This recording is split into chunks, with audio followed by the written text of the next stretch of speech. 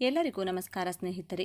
ಓಂ ನಮೋ ಭಗವತೆ ವಾಸುದೇವಾಯ. ನಮ್ಮ ಉಪನಿಷತ್ತುಗಳು ಹೇಳುತ್ತವೆ, ದೇವರು ಕೇವಲ ಕಲ್ಲಿನ ವಿಗ್ರಹದಲ್ಲಿಲ್ಲ, ಅವನು ಪ್ರತಿಯೊಂದು ಜೀವಿಯಲ್ಲಿಯೂ ಇದ್ದಾನೆ. ಈ ಸತ್ಯವನ್ನು ಅರಿಯಲು ಮತ್ತು ಪ್ರಕೃತಿಯ ಸಂದೇಶವನ್ನು ಅರ್ಥ ಮಾಡಿಕೊಳ್ಳಲು ಈ ಶಕ್ತಿಶಾಲಿ ಮಂತ್ರದೊಂದಿಗೆ ಇಂದಿನ ಸಂಚಿಕೆಯನ್ನು ಆರಂಭಿಸೋಣ.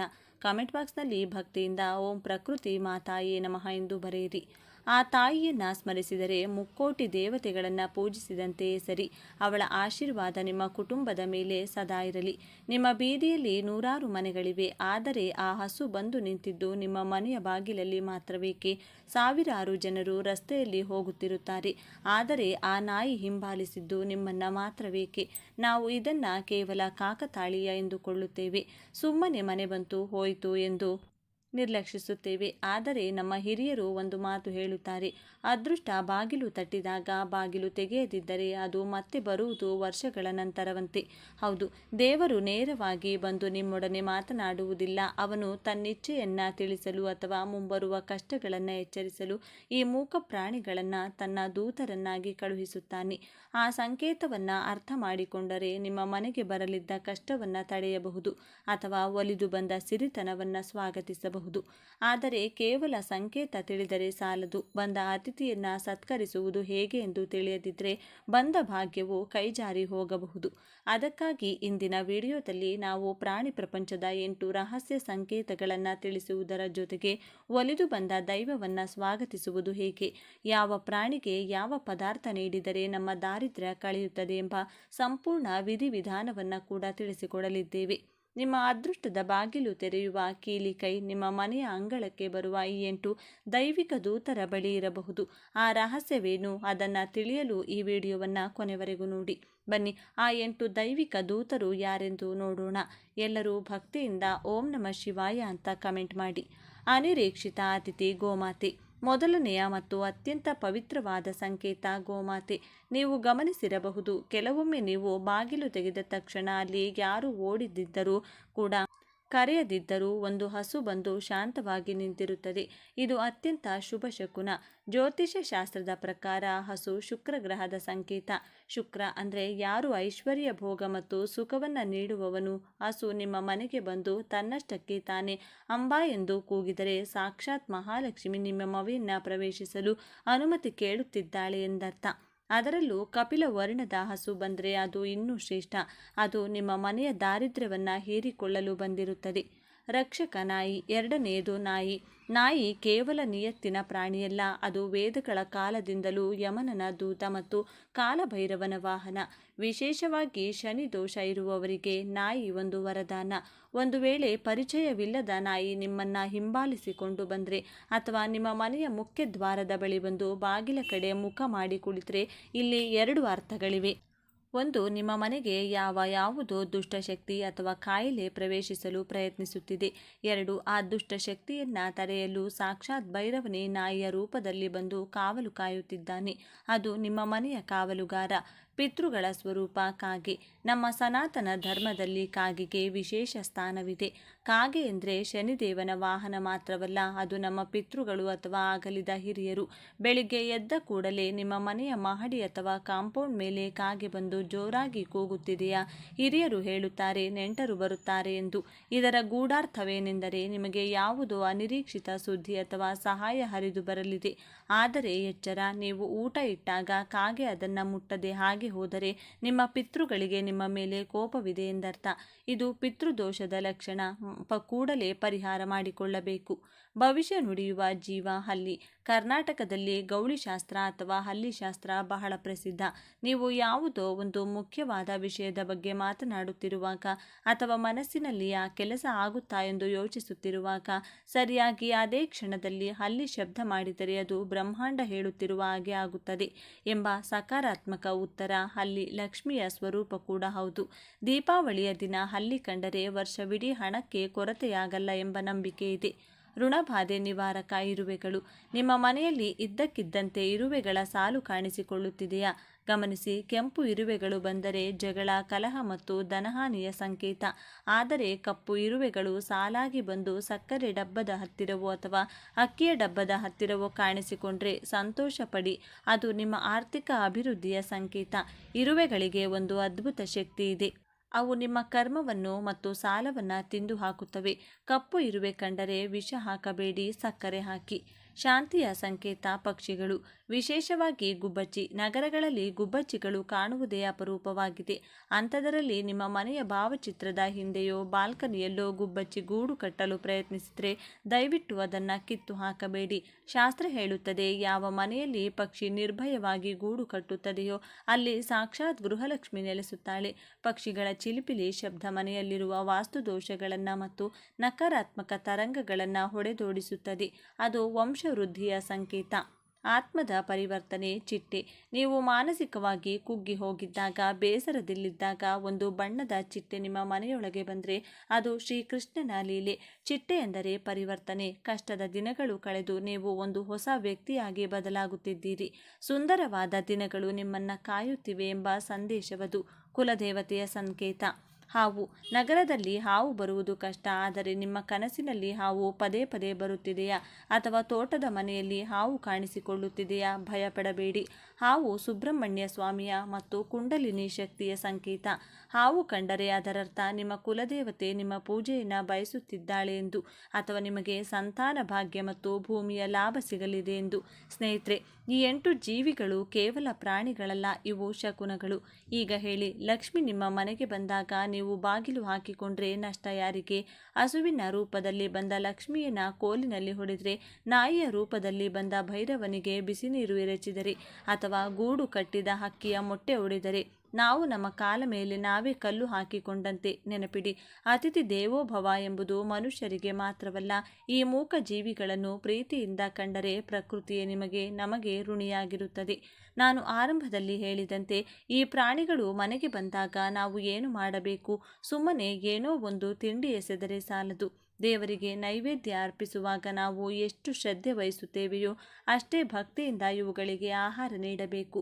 ಹಾಗಾದರೆ ಯಾವ ಪ್ರಾಣಿಗೆ ಏನು ನೀಡಬೇಕು? ಇದಕ್ಕೆ ಪರ್ಯಾಯಗಳೇನು? ಇಲ್ಲಿದೆ ಸಂಪೂರ್ಣ ವಿವರ. ಗೋಮಾತೆ. ಐಶ್ವರ್ಯ ವೃದ್ಧಿಗೆ ಗೋಮಾತೆ ಮನೆ ಬಾಗಿಲಿಗೆ ಬಂದರೆ ಅದು ಸಾಕ್ಷಾತ್ ಮಹಾಲಕ್ಷ್ಮಿ. ಏನು ನೀಡಬೇಕು? ಹಸುವಿಗೆ ಅತ್ಯಂತ ಪ್ರಿಯವಾದದ್ದು ಬಾಳೆಹಣ್ಣು ಮತ್ತು ಬೆಲ್ಲ. ಇವೆರಡು ಶುಕ್ರ ಗ್ರಹಕ್ಕೆ ಸಂಬಂಧಿಸಿದ ಪದಾರ್ಥಗಳು. ಶುಕ್ರವಾರದ ದಿನ ಹಸುವಿಗೆ ಬೆಲ್ಲ ಮತ್ತು ಬಾಳೆಹಣ್ಣು ನೀಡಿದರೆ ಸಾಲದ ಬಾಧೆ ಕರಗಿ ಮನೆಯಲ್ಲಿ ಹಣದ ಹರಿವು ಹೆಚ್ಚಾಗುತ್ತದೆ. ಪರ್ಯಾಯವೇನು? ಒಂದು ವೇಳೆ ಮನೆಯಲ್ಲಿ ಬಾಳೆಹಣ್ಣು ಅಥವಾ ಬೆಲ್ಲ ಇಲ್ಲದಿದ್ದರೆ ಹಸಿರು ಹುಲ್ಲು, ಅಗಸೆ ಸೊಪ್ಪು ಅಥವಾ ಪಾಲಕ್ ಸೊಪ್ಪನ್ನು ನೀಡಬಹುದು. ಬುಧವಾರದ ದಿನ ರಾತ್ರಿ ನೆನೆಸಿಟ್ಟ ಹೆಸರು ಕಾಳನ್ನು ಬೆಳಿಗ್ಗೆ ಹಸುವಿಗೆ ತಿನ್ನಿಸಿದರೆ ವ್ಯಾಪಾರದಲ್ಲಿರುವ ತಡೆಗಳು ನಿವಾರಣೆಯಾಗುತ್ತವೆ. ಎಚ್ಚರಿಕೆ: ಬುಧವಾರದ ದಿನ ರಾತ್ರಿ ನೆನೆಸಿಟ್ಟ ಹೆಸರು ಕಾಳನ್ನು ಬೆಳಿಗ್ಗೆ ಹಸುವಿಗೆ ತಿನ್ನಿಸಿದರೆ ವ್ಯಾಪಾರದಲ್ಲಿರುವ ತಡೆಗಳು ನಿವಾರಣೆಯಾಗುತ್ತವೆ. ಎಚ್ಚರಿಕೆ: ಹಳಸಿದ ಅನ್ನವನ್ನಾಗಲಿ ಕೆಟ್ಟೋಗಿರೋ ತರಕಾರಿಗಳನ್ನಾಗಲಿ ದಯವಿಟ್ಟು ಹಸುವಿಗೆ ಹಾಕಬೇಡಿ. ಪ್ಲಾಸ್ಟಿಕ್ ಕವರ್ ಸಮೇತ ಎಸೆಯಬೇಡಿ. ಪ್ರೀತಿಯಿಂದ ನಿಮ್ಮ ಕೈಯಾರೆ ತಿನ್ನಿಸಿ, ನಂತರ ಅದರ ಹಣೆಯನ್ನು ಮುಟ್ಟಿ ನಮಸ್ಕರಿಸಿ. ಹಸುವಿನ ಹಣೆಯಲ್ಲಿ ಸಕಲ ದೇವತೆಗಳಿರುತ್ತಾರೆ. ಶ್ವಾನ, ನಾಯಿ ಶತ್ರು ಬಾಧೆ ನಿವಾರಣೆಗೆ. ನಾಯಿ ಭೈರವನ ಸ್ವರೂಪ.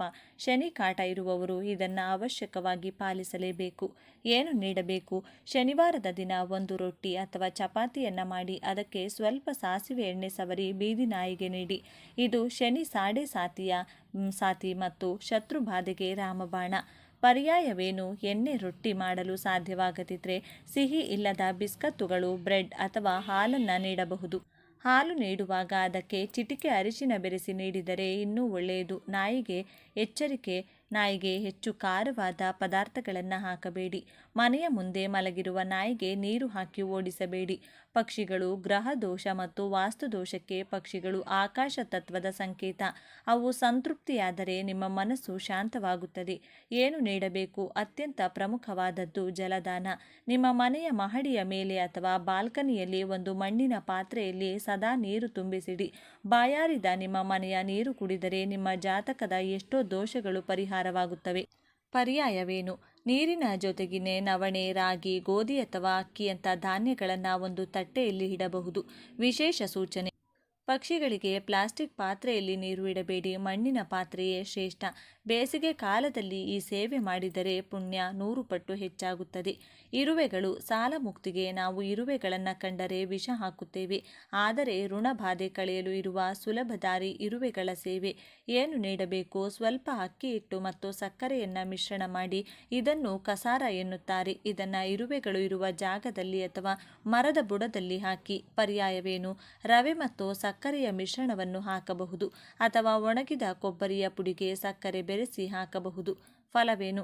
ಇರುವೆಗಳು ಒಂದೊಂದು ಸಕ್ಕರೆಯನ್ನು ಹೊತ್ತುಕೊಂಡು ಹೋದಾಗ ನಿಮ್ಮ ತಲೆಯನ್ನು ಒತ್ತುತ್ತಿರುವ ಸಾಲ ಭಾರವು ಒಂದೊಂದಾಗಿ ಕರಗುತ್ತಾ ಹೋಗುತ್ತದೆ ಎಂಬ ನಂಬಿಕೆ ಇದೆ. ಕಾಗೆ. ಪಿತೃದೋಷ ನಿವಾರಣೆಗೆ ಕಾಗೆಗಳಿಗೆ ನೀಡುವ ಆಹಾರ ನೇರವಾಗಿ ನಮ್ಮ ಹಿರಿಯರಿಗೆ ತಲುಪುತ್ತದೆ. ಏನು ನೀಡಬೇಕು? ಪ್ರತಿದಿನ ಮಧ್ಯಾಹ್ನ ನೀವು ಊಟ ಮಾಡುವ ಮುನ್ನ ಒಂದು ತುತ್ತು ಅನ್ನವನ್ನು ಕಾಗೆಗೆ ಇಡಬೇಕು. ಅದರಲ್ಲಿ ಸ್ವಲ್ಪ ಮೊಸರು ಮತ್ತು ಕಪ್ಪು ಎಳ್ಳು ಬೆರೆಸಿ ಇಟ್ಟರೆ ಅದು ಪಿತೃಗಳಿಗೆ ಅತ್ಯಂತ ತೃಪ್ತಿ ನೀಡುತ್ತದೆ. ಪರ್ಯಾಯವೇನು? ಬೇಯಿಸಿದ ಅನ್ನ, ಇಲ್ಲದಿದ್ದರೆ ಬಿಸ್ಕತ್ತು ಅಥವಾ ರೊಟ್ಟಿಯ ಚೂರುಗಳನ್ನು ನೀಡಬಹುದು. ಆದರೆ ಅಮಾವಾಸ್ಯೆಯ ದಿನ ಅನ್ನ ನೀಡುವುದು ಕಡ್ಡಾಯ.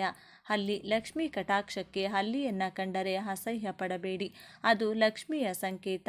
ಪರಿಹಾರವೇನು? ಹಲ್ಲಿಗೆ ನೀವು ನೇರವಾಗಿ ಆಹಾರ ನೀಡಲು ಸಾಧ್ಯವಿಲ್ಲ. ಆದರೆ ಹಲ್ಲಿ ಮನೆಯಲ್ಲಿ ಶಬ್ದ ಮಾಡಿದಾಗ ಅಥವಾ ದೇವರ ಕೋಣೆಯಲ್ಲಿ ಕಂಡಾಗ ತಕ್ಷಣ ಕೈಮುಗಿದು ಶ್ರೀ ಮಹಾಲಕ್ಷ್ಮಿಯೇ ನಮಃ ಎಂದು ಪ್ರಾರ್ಥಿಸಿ. ಎಚ್ಚರಿಕೆ: ದೀಪಾವಳಿ ಹಬ್ಬದ ದಿನ ಹಲ್ಲಿ ಕಂಡರೆ ಅದಕ್ಕೆ ದೂರದಿಂದಲೇ ಕುಂಕುಮ ಮತ್ತು ಅಕ್ಷತೆ ಹಾಕಿ ನಮಸ್ಕರಿಸಿ. ಅಪ್ಪಿತಪ್ಪಿಯೂ ಹಲ್ಲಿಯನ್ನು ಪೊರಕೆಯಿಂದ ಹೊಡೆಯಬೇಡಿ. ಚಿಟ್ಟೆ. ಆತ್ಮದ ಶಾಂತಿಗೆ ಚಿಟ್ಟೆಗಳು ಸೂಕ್ಷ್ಮ ಜೀವಿಗಳು. ಇವು ಬಂದಾಗ ನಾವು ಮಾರುವ ಒಂದೇ ಒಂದು ಕೆಲಸವೆಂದರೆ ಅಹಿಂಸೆ. ಪರಿಹಾರವೇನು? ಚಿಟ್ಟೆ ಮನೆಗೆ ಬಂದರೆ ಅದನ್ನು ಹಿಡಿಯಲು ಹೋಗಬೇಡಿ. ಅದರ ಬಣ್ಣದ ರೆಕ್ಕೆಗಳನ್ನು ಮುಟ್ಟಬೇಡಿ. ಅದು ಎಷ್ಟು ಹೊತ್ತು ಇರುತ್ತದೆಯೋ ಅಷ್ಟು ಹೊತ್ತು ಅದನ್ನು ನೋಡಿ ಆನಂದಿಸಿ. ಪರ್ಯಾಯವೇನು? ನಿಮ್ಮ ಮನೆಯ ಬಾಲ್ಕನಿಯಲ್ಲಿ ಅಥವಾ ಕಿಟಕಿಯ ಹತ್ತಿರ ಬಣ್ಣದ ಹೂಗಳನ್ನು ಬಿಡುವ ಗಿಡಗಳನ್ನು ನೆಡೆಸಿ. ಹೂವಿನ ಮಕರಂದ ಹೀರಲು ಚಿಟ್ಟೆಗಳು ಬರುತ್ತವೆ. ಅವು ಬಂದರೆ ಮನೆಗೆ ತುಂಬ ಶುಭ ಸುದ್ದಿ ಸಿಗುತ್ತದೆ. ಹಾವು. ಸಂತಾನ ಮತ್ತು ಕುಲದೇವತೆಗಾಗಿ ಹಾವು ಕಂಡರೆ ಭಯ ಸಹಜ, ಆದರೆ ಭಕ್ತಿಯೂ ಇರಲಿ. ಪರಿಹಾರವೇನು? ಹಾವನ್ನು ಕಂಡರೆ ಹೊಡೆಯಲು ಹೋಗಬೇಡಿ, ಕೈಮುಗಿದು ದಾರಿ ಬಿಡಿ. ನಿಮಗೆ ಪದೇ ಪದೇ ಹಾವು ಕಾಣುತ್ತಿದ್ದರೆ ಅಥವಾ ಕನಸಿನಲ್ಲಿ ಹಾವು ಬರುತ್ತಿದ್ದರೆ ಹತ್ತಿರದ ಸುಬ್ರಹ್ಮಣ್ಯ ದೇವಸ್ಥಾನಕ್ಕೆ ಹೋಗಿ ಅಥವಾ ಹುತ್ತಕ್ಕೆ ಹಾಲನ್ನು ಎರೆದು ಬನ್ನಿ. ಪರ್ಯಾಯವೇನು? ಮನೆಯಲ್ಲಿಯೇ ಸುಬ್ರಹ್ಮಣ್ಯ ಸ್ವಾಮಿಯ ಅಷ್ಟೋತ್ತರವನ್ನು ಹೇಳಿಕೊಳ್ಳುವುದು ಕೂಡ ಒಂದು ಪರಿಹಾರ. ಸ್ನೇಹಿತರೆ, ನೆನಪಿಡಿ, ದಾನ ಎಂದರೆ ಕೇವಲ ಮನುಷ್ಯರಿಗೆ ಕೊಡುವುದಲ್ಲ. ಬಾಯಿಲ್ಲದ, ಕೇಳಲಾರದ ಈ ಜೀವಿಗಳಿಗೆ ಹಸಿವಾದಾಗ ಅನ್ನ ನೀಡುವುದಿದೆಯಲ್ಲ, ಅದುವೇ ಮಹಾದಾನ. ದೇವರು ಎಲ್ಲಿದ್ದಾನೆ ಎಂದು ಹುಡುಕುತ್ತಾ ಕಾಶಿ ರಾಮೇಶ್ವರಕ್ಕೆ ಹೋಗುವ ಅವಶ್ಯಕತೆ ಇಲ್ಲ. ದೇವರು ನಿಮ್ಮ ಮನೆಯ ಕಿಟಕಿಯಲ್ಲಿದ್ದಾನೆ, ನಿಮ್ಮ ಗೇಟ್ ಮುಂದಿದ್ದಾನೆ, ನಿಮ್ಮ ಅಂಗಳದಲ್ಲಿ ಹರಿದಾಡುತ್ತಿದ್ದಾನೆ. ಈಶಾವಾಸ್ಯಂ ಇದಂ ಸರ್ವಂ. ಈ ಜಗತ್ತೇ ದೇವರ ಮನೆ.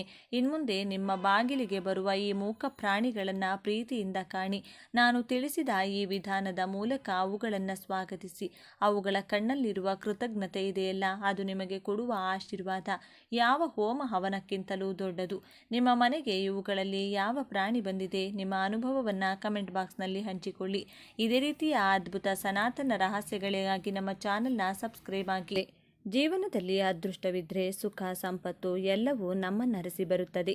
ಅದೃಷ್ಟವನ್ನು ಮನೆಗೆ ಬರಮಾಡಿಕೊಳ್ಳಲು ನಾವು ಯಾವ ಕ್ರಮ ಕೈಗೊಳ್ಳಬಹುದು ಎನ್ನುವುದನ್ನು ಜ್ಯೋತಿಷ್ಯ ಶಾಸ್ತ್ರದಲ್ಲಿ ವಿವರಿಸಲಾಗಿದೆ. ನಾವೆಲ್ಲರೂ ನಮ್ಮ ಜೀವನದಲ್ಲಿ ಅದೃಷ್ಟ ಬದಲಾಗಲಿ ಎಂದು ಹಾರೈಸುತ್ತೇವೆ ಮತ್ತು ಪ್ರಾಮಾಣಿಕವಾಗಿ ನಾವೆಲ್ಲರೂ ಅದನ್ನು ಪ್ರಯತ್ನಿಸುತ್ತಲೂ ಒಂದಲ್ಲ ಒಂದು ಮಾರ್ಗವನ್ನು ಅವಲಂಬಿಸಿದ್ದೇವೆ. ಕೆಲವರು ಧಾರ್ಮಿಕ ಸ್ಥಳಕ್ಕೆ ಭೇಟಿ ನೀಡುವುದರ ಮೂಲಕ ನಮ್ಮ ಅದೃಷ್ಟ ಬದಲಾಗುತ್ತದೆ ಎಂದುಕೊಂಡರೆ, ಮತ್ತೊಂದೆಡೆ ದೇವರೊಂದಿಗೆ ಸಂಪರ್ಕ ಹೊಂದಲು ಮತ್ತು ಆತನ ಆಶೀರ್ವಾದವನ್ನು ಪಡೆಯಲು ಧ್ಯಾನವನ್ನು ಅನುಸರಿಸುವುದನ್ನು ಪರಿಗಣಿಸುತ್ತಾರೆ. ಆದಾಗ್ಯೂ ಅದೃಷ್ಟವನ್ನು ಸಾಧಿಸುವ ಈ ವಿಧಾನಗಳಿಗೆ ಸೇರ್ಪಡೆ ಅಂದರೆ ಅದೃಷ್ಟ ತರುವ ವಸ್ತು ಯಾವುದು ಗೊತ್ತಾ? ಮನೆಯಲ್ಲಿ ಹಣಕಾಸಿನ ಸಮಸ್ಯೆಗಳು ಇರಬಾರದು. ಸಾಲದ ಸಮಸ್ಯೆಗಳೆಲ್ಲ ನಿವಾರಣೆಯಾಗಬೇಕು. ಮಾಡುವಂತಹ ಕೆಲಸಗಳಲ್ಲೆಲ್ಲ ಯಶಸ್ಸು ದೊರೆಯಬೇಕು. ಸಂತಾನ ಪ್ರಾಪ್ತವಾಗಬೇಕು ಹಾಗೂ ಮಕ್ಕಳು ಸಹ ಓದಬೇಕು ಹಾಗೂ ಕೆಲಸ ಕಾರ್ಯಗಳಲ್ಲಿ ಮುಂದೆ ಬರಬೇಕು ಎಂದರೆ ಅದಕ್ಕೆ ಮಹಾಲಕ್ಷ್ಮಿಯ ಅನುಗ್ರಹ ಬೇಕೇ ಬೇಕು. ಆತ್ಮೀಯರೇ, ಈ ಒಂದು ಬೀಜವನ್ನು ನಮ್ಮ ಹಿಂದೂ ಧರ್ಮದಲ್ಲಿ ಅತ್ಯಂತ ಶುಭಕರವಾದ ಅದೃಷ್ಟದ ವಸ್ತು ಎಂದೇ ಪರಿಗಣನೆ ಮಾಡಲಾಗುತ್ತದೆ. ಈ ಬೀಜಗಳನ್ನು ಚಿನ್ನಕ್ಕೆ ಸಮಾನವಾಗಿ ಪರಿಗಣಿಸಲಾಗುತ್ತದೆ. ಈ ಬೀಜಗಳು ಮನೆಯಲ್ಲಿದ್ದರೆ ಸಾಕು, ಮಹಾಲಕ್ಷ್ಮೀ ದೇವಿ ಕೃಪೆಗೆ ಪಾತ್ರರಾಗಬಹುದು. ಸಂಪತ್ತು ಆಕರ್ಷಿತಗೊಳ್ಳುವುದಲ್ಲದೆ ಗ್ರಹದೋಷಗಳಿಗೂ ಸಹ ಪರಿಹಾರವನ್ನು ಕಂಡುಕೊಳ್ಳಬಹುದು. ಮುರಿದ ಸಂಬಂಧಗಳನ್ನು ಮರುನಿರ್ಮಿಸಲು, ನಕಾರಾತ್ಮಕತೆಯನ್ನು ದೂರ ಮಾಡಲು ಹಾಗೂ ಅಪಾಯಗಳ ವಿರುದ್ಧ ಹೋರಾಡಲು ಈ ಬೀಜಗಳು ಪರಿಣಾಮಕಾರಿಯಾಗಿ ಕೆಲಸ ಮಾಡುತ್ತವೆ. ನಾವಿಂದು ಹೇಳ ಹೊರಟಿರುವಂಥ ವಸ್ತುವಿನ ಹೆಸರೇ ಗುಲಗಂಜಿ. ಕಡು ಕೆಂಪಗಿನ ಮೈಬಣ್ಣ ಹಾಗೂ ಕಪ್ಪು ಚುಕ್ಕೆ ಇರುವಂತಹ ಸಣ್ಣ ಬೀಜವೇ ಗುಲಗಂಜಿ. ಇದು ಮೊಟ್ಟೆಯ ಆಕಾರದಲ್ಲಿರುತ್ತದೆ. ನಮ್ಮ ಈ ಪ್ರಸ್ತುತ ಸಂಚಿಕೆಯಲ್ಲಿ ಗುಲಗಂಜಿ ಏಕಿಷ್ಟು ವಿಶೇಷ, ಈ ಗುಲಗಂಜಿಯಿಂದ ಲಕ್ಷ್ಮಿ ಕಟಾಕ್ಷಕ್ಕೆ ಪಾತ್ರರಾಗುವುದು ಹೇಗೆ ಎಂಬಿತ್ಯಾದಿ ಕುತೂಹಲಭರಿತ ಮಾಹಿತಿಗಳನ್ನೆಲ್ಲ ಒಂದೊಂದಾಗಿ ತಿಳಿದುಕೊಳ್ಳೋಣ. ಅದಕ್ಕೂ ಮುಂಚೆ ನೀವಿನ್ನು ಚಾನಲ್ಗೆ ಸಬ್ಸ್ಕ್ರೈಬ್ ಆಗಿಲ್ಲ ಅಂದರೆ ಈಗಲೇ ಸಬ್ಸ್ಕ್ರೈಬ್ ಆಗಿ, ಹಾಗೆ ವಿಡಿಯೋಗೆ ಲೈಕ್ ಮಾಡಿ, ವಿಡಿಯೋ ಸ್ಕಿಪ್ ಮಾಡದೆ ಕೊನೆ ತನಕ ನೋಡಿ.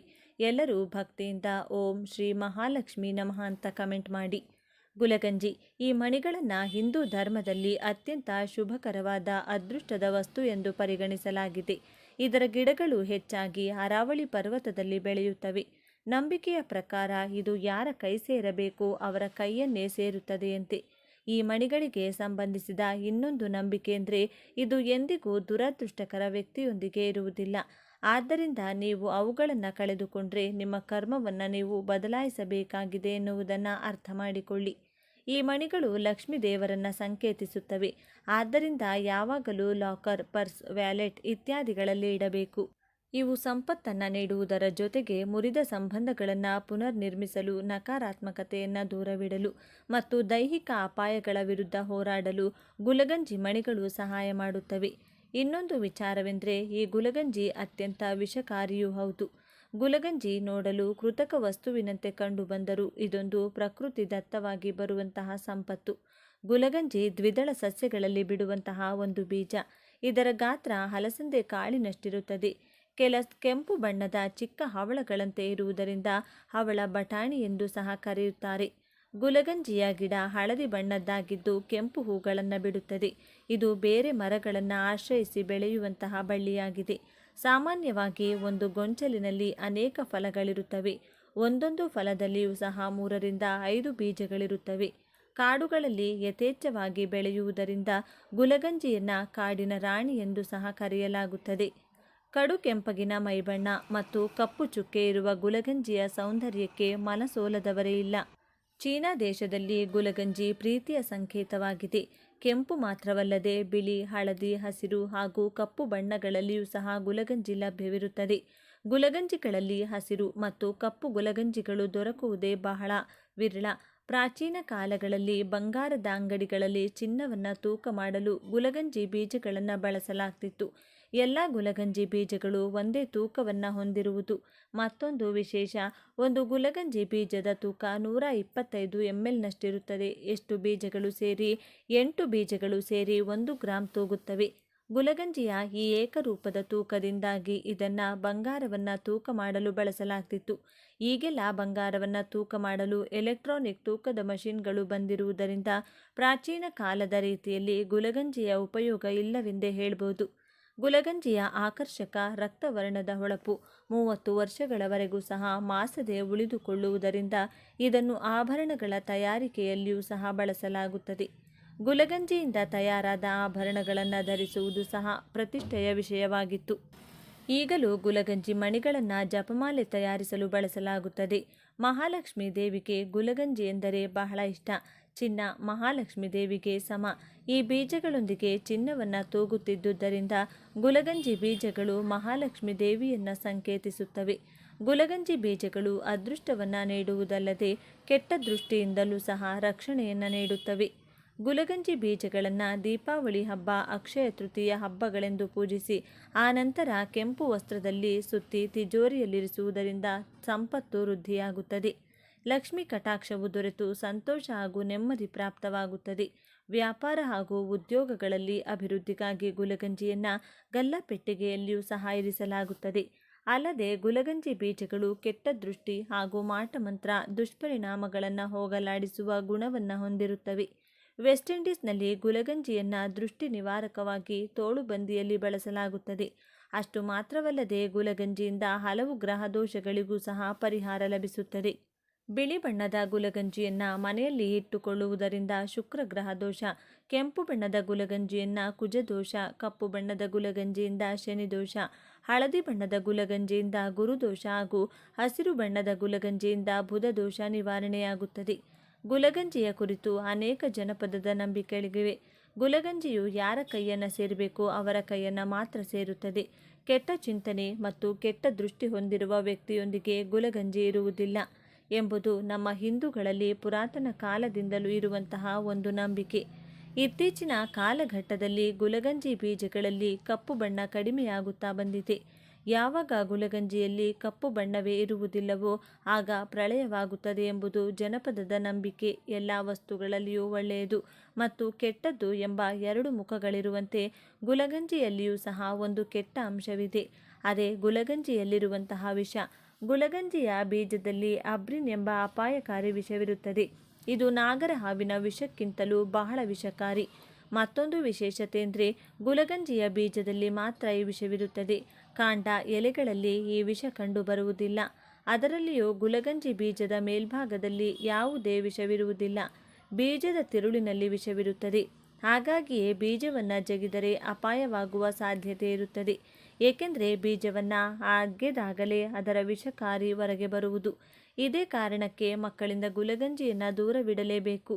ಗುಲಗಂಜಿಯಲ್ಲಿರುವ ವಿಷದ ಕಾರಣದಿಂದಾಗಿಯೇ ಗುಲಗಂಜಿಯನ್ನು ವಿಶ್ವಯುದ್ಧದಲ್ಲಿ ಶತ್ರು ಸೈನಿಕರನ್ನು ಕೊಲ್ಲಲು ಬಳಸಲಾಗಿತ್ತು ಎಂಬ ಬಗ್ಗೆ ದಾಖಲೆಗಳಿವೆ. ಗುಲಗಂಜಿ ಬೀಜಗಳನ್ನು ಅರೆದು ಯುದ್ಧಕ್ಕೆ ಬಳಸುವ ಖಡ್ಗ, ಕತ್ತಿ ಹಾಗೂ ಇತರ ಆಯುಧಗಳಿಗೆ ಲೇಪಿಸಿ ಶತ್ರು ಸೈನಿಕರನ್ನು ಕೊಲ್ಲಲು ಬಳಸುತ್ತಿದ್ದರಂತೆ. ವಿಷದ ಕಾರಣದಿಂದಾಗಿಯೇ ಗುಲಗಂಜಿಯ ಬೀಜಗಳನ್ನು ಕೀಟನಾಶಕ, ಕಳೆನಾಶಕಗಳಾಗಿ ಬಳಸಲಾಗುತ್ತದೆ. ಗುಲಗಂಜಿಯ ಬೀಜ ವಿಷವಾದರೂ ಗುಲಗಂಜಿ ಸಸ್ಯದಲ್ಲಿ ಅನೇಕ ಕಡೆ ಇರುವುದರಿಂದ ಅದು ಔಷಧಗಳ ಗಣಿಯಾಗಿದೆ. ಹಾಗಾಗಿಯೇ ಆಯುರ್ವೇದದಲ್ಲಿ ಗುಲಗಂಜಿಯನ್ನು ಔಷಧವಾಗಿ ಬಳಸಲಾಗುತ್ತದೆ. ಸಂಧಿವಾತ, ಜ್ವರ, ಚರ್ಮರೋಗ, ಬಾಯಿ ಹುಣ್ಣು, ಹಲ್ಲು ನೋವು, ಮಾನಸಿಕ ಕಾಯಿಲೆಗಳು, ಅಲ್ಸರ್, ವಾತ, ಶ್ವಾಸಕೋಶದ ಸಂಬಂಧಿತ ಕಾಯಿಲೆಗಳು, ಕೂದಲು ಉದುರುವಿಕೆಗೆ, ನೆಗಡಿ ಹೀಗೆ ಅನೇಕ ಸಮಸ್ಯೆಗಳಿಗೆ ಗುಲಗಂಜಿಯ ಬೇರು ಮತ್ತು ಎಲೆಗಳನ್ನು ಬಳಸಲಾಗುತ್ತದೆ. ಆತ್ಮೀಯ ವೀಕ್ಷಕರೇ, ಗುಲಗಂಜಿಯ ಕುರಿತಾಗಿ ಹಲವಾರು ವಿಶೇಷ ಮಹತ್ವದ ಮಾಹಿತಿಯನ್ನು ತಿಳಿದುಕೊಂಡ ನಿಮ್ಮೆಲ್ಲರಿಗೂ ಆ ಭಗವಂತನ ಕೃಪಾ ಕಟಾಕ್ಷ ಸದಾ ಇರಲೆಂದು ಕೋರಿಕೊಳ್ಳುತ್ತಾ ಈ ದಿನದ ಸಂಚಿಕೆಯನ್ನು ಮುಗಿಸುತ್ತಿದ್ದೇನೆ. ವೀಕ್ಷಕರೇ, ನಿಮಗೆ ಈ ವಿಡಿಯೋ ಇಷ್ಟವಾಗಿದ್ದಲ್ಲಿ ಲೈಕ್ ಮಾಡಿ, ಶೇರ್ ಮಾಡಿ ಮತ್ತು ಸಬ್ಸ್ಕ್ರೈಬ್ ಮಾಡಿ ಹಾಗೂ ಬೆಲ್ ಬಟನ್ ಒತ್ತೋದನ್ನು ಮರಿಬೇಡಿ. ಧನ್ಯವಾದಗಳು.